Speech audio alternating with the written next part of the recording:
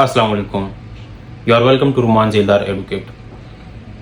आज बड़ी शाइस्ता आवाज़ में आपसे बड़े टॉपिक पर बड़े काम की बात बताऊंगा। यंग जो बॉयज़ हैं, गर्ल्स हैं, जो भी हैं, आप में सिर्फ दो चीज़ें आपने देखनी है कि आप कौन सी फील्ड सेलेक्ट करें।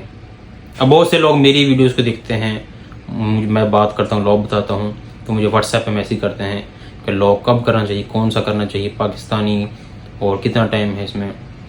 अब मैं जो आपको सजेस्ट करूँगा, टू बी ऑनेस्टली, मैंने लॉ किया एक्सटर्नल लॉ। पहली चीज़ तो ये बताऊँगा आपको कि आपको कौन सी फील्ड सेलेक्ट करनी चाहिए। वकालत में आना चाहिए या नहीं आना चाहिए। अगर आना चाहिए तो पाकिस्तानी करना चाहिए। एक्सटर्नल है यूके का, ब्रिटिश लॉ। पहली चीज़ आपने सेलेक्ट करना है कि लॉ आपको सूटेबल है या नहीं। सारी फील्ड अलग कर लो, लॉ अलग।